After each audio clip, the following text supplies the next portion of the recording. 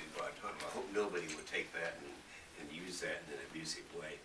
I know you wouldn't, but it's really nice to be here, and I really thank you guys for what you're doing. I had a chance to visit with Debbie in my office yesterday. This is her son, who was the first SEAL casualty over there, and so I'm glad that you're doing this, and that's why I'm here today, to encourage you.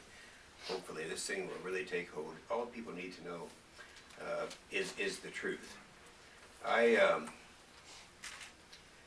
In the announcement that the President made as far as the facility is concerned, I want to get into that in just a minute, but I would like to also share with you that my first trip down there, I was the first member of the United States Senate there after 9/11. It was January of '02. And at that time, we weren't set up yet for them. Our own troops were staying in tents, unair conditioned. They were eating the field food. The detainees, who were really the hardest core terrorists, the first ones to get there, were treated as Melanie mentioned, just to make sure that nobody was going to go down there and say that these people were abused. That was January of '02. I've been there since then. I was there last week. Last week I took two members with me, Senator David Vitter and Senator Richard Burr, because I'm the second ranking member on the Armed Services Committee. They are brand new on the committee, and I want to make sure that they firsthand saw what is going on there. I have introduced this legislation that is, I think you have a copy of. I hope you do. I'm going to just paraphrase the last paragraph. It has all the whereases, which sounds like pretty much Melanie's speech. But then it says no funds by the United States government may be obligated or expended to transfer any detainee to any facility in the United States or its territories, to construct, improve, modify, or otherwise enhance any facility in the United States or its territory for the purpose of housing any detainee described in paragraph 1, or to house or otherwise incarcerate any detainee described in paragraph 1. That's what we want to have. We want to have that pass. It's interesting that those individuals with whom I serve, who have taken a strong position to close Guantanamo Bay, first of all, most of them have never been there. But secondly, when they do, they are assuming that there's something that can be done with those detainees who are down there. Let me suggest to you, we got a serious problem. When President Obama made his two edicts, it was shortly after, I think the first day in office, there are twofold. First of all, he said, we're going to suspend all legal action that was going on down there. As you know, there's a very courageous judge down there that said, I believe in separation of powers, we're not going to do it. Now they've changed that, so they have temporarily suspended it. The other thing is to close Guantanamo Bay. The problem you have with this is that if you close it, what are you going to do? Right now, there are 245 detainees there. Of the 245 detainees that are there, 170 of them, their countries will not take them back. Of the 170, 110 are really hardcore bad guys. They're the ones like the Khalid Sheikh Mohammed and others. Now, if that if in the event they had to suspend all legal activity down there, then that it's conceivable. And I'm not a lawyer, but I talk to a lot of smart lawyers who say that they may end up in our federal court system. If they do, the rules of evidence are different. And so what would prosecute them under a military court or a tribunal would not necessarily be the same stuff that you would, so conceivably they could be turned loose in the United States. The other thing that could happen is that they're talked about, if they close it, there are some 17 installations in America where they could go. One happens to be in my state of Oklahoma, Fort Sill. And that's not acceptable. They'd all become targets for terrorist activity here in continental United States. And here's the other problem you have. The other problem is that there is a surge that's taking place now in Afghanistan. Things are pretty well right now. The surge worked in Iraq. I think we could talk about that. I've spent a lot of time over there. But in Afghanistan, we're going to get quite a few other detainees. If the detainees are Afghans, then they're going to be pretty well taken care of because they're going to be put in Bagram or Kandahar, someplace in Afghanistan. However, if they are Yemen or Saudi Arabia, then we have to go someplace. I don't think there's anyone here in this room who can name another place that we could put them, that would have the conditions and the safety as Guantanamo Bay. So that's the reason that we have. Otherwise, there is no place to put them. one thing that wasn't mentioned by Melanie is in the favorable treatment of these detainees.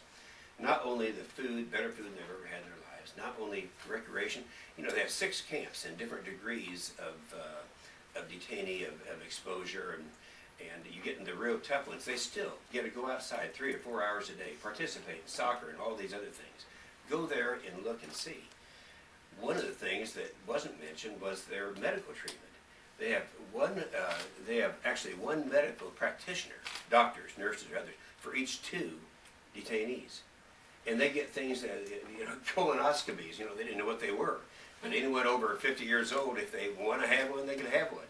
And their dental clinics and all that, they are very, very well cared for. And lastly, I just wind up and say that it seems to me, and I don't know how many of you in the media have been there, but once you're there, you can see.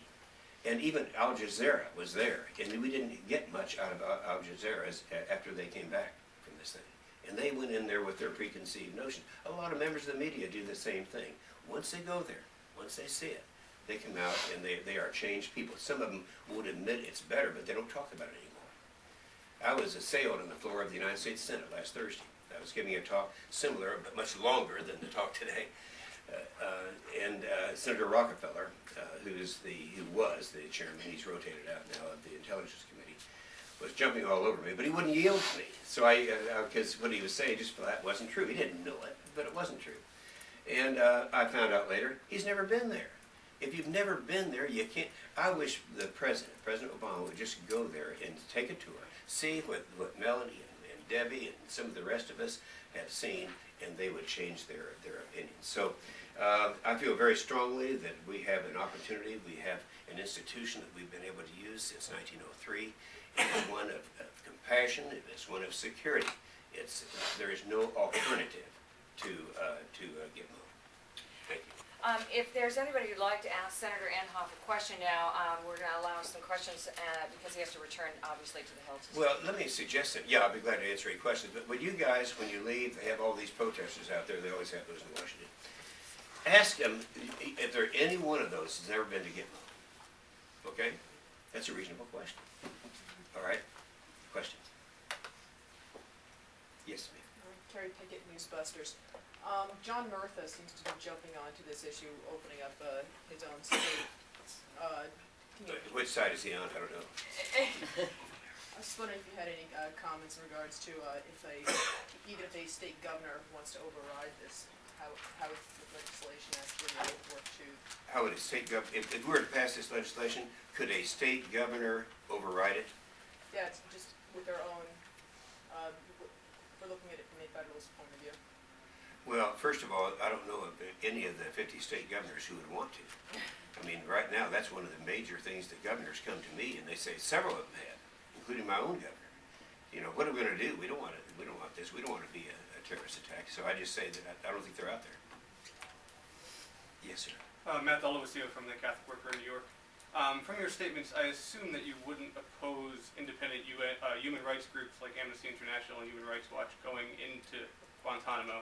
And secondly, on your many trips there, have you ever actually met with or spoken to any prisoner? Let's take the second one first. Yes, I have. I have through interpreters of my choice. I did this actually back in January of 2000. I'm sorry, 02. And so I did, to my satisfaction, I was able to find out, and boy, they're hostile. They're spitting on me, throwing stuff, but the answer is yes. The second thing is they're already there. If you question it, the human rights groups have already been in there. Pull up on your website the Red Cross, for example. They have been there, and I don't know whether it's every 6 months but it's on a regular basis, and they will give you the reports as it goes up and down, but they're always favorable. I don't know of a human rights group that has been denied access because they've been down there when I've been there. So you support Human Rights Watch, Amnesty International, and other human rights groups having independent access to Guantanamo? Yes, I'd like to. Yes, I would encourage it. Yes, and you're not familiar with the ICRC report that said there was torture happening at Guantanamo? Well, no, I'm not. Because you can get these reports. I just don't believe it. I do not believe it. Thank you. Yes, sir. Anything else? Yes, sir. Obviously, we've been talking about the torture and everything, and that's one of the concerns. But the other part of the concern is, by many people, is the fact that these people are down there and there's nothing to do with them, and they're there indefinitely for life. It's against the rules of habeas corpus. There's the military tribunals, but the person who set up the military tribunal said that it's fundamentally flawed and it needs to be completely revamped. That's the other part of the argument, regardless of whether there's torture or no torture. Mm-hmm. The other part of the argument is, you say you can't close Guantanamo because the people will be released and we don't know where they'll go. The other part of the argument is, if you don't close Guantanamo, what do you do with the people? Do they stay there indefinitely? Do you just ignore every right and constitutional freedom that is allowed in this country? Yeah, you know, I've heard that argument before about I wish there were more choices. There really aren't. We got some pretty hardcore people there that would kill you in a heartbeat. And to think about putting them any place where they'd have any kind of access to facilities here is, to me, unthinkable. Now, the choices now are, you could always execute them. Would you rather do that? You could always send them back to their country or put them afloat out there in the, a lot of Cubans have escaped that way. There are just the options, the choices aren't there. The countries will not take them back. If we put them in our court system, something could happen. We don't have the facilities in any of the 17 facilities in continental United States to keep people. If it's indefinitely, then you have to make that decision. Yes, they are set up to keep people indefinitely. This hasn't happened. There are only 245 of them now, and all but 170 are ready to go back, and they may be, a lot of them already may be back.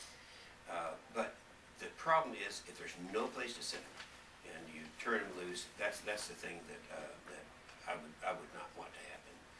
So that's the clear choice, is keep them indefinitely. Well, if that's one of the choices that I don't want to give up, because I think the alternative to that is there could be a lot of executions. There are ways of doing that. You know that's true.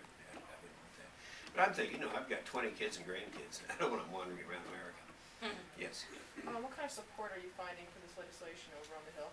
I've got a whole bunch of, I didn't try to get co-sponsors.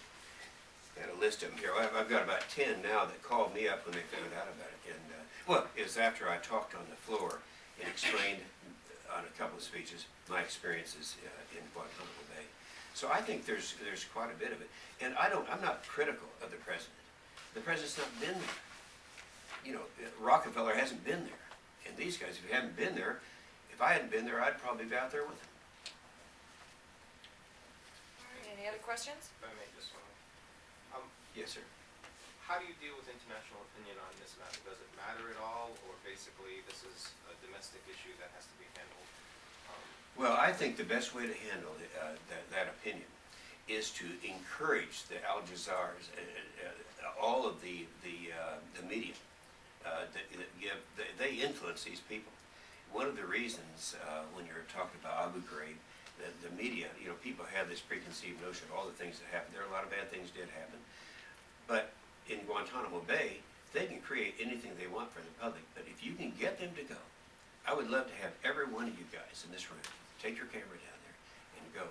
That is how you're going to change opinion. You don't change opinion by closing down a facility that has been serving us well since 1903, and when there are no choices, no alternatives. You do it by changing public opinion. Sometimes the public's wrong. Thank you so much, Senator Inhofe. Thank you, Melanie. You're doing the Lord's work. Thank you so much.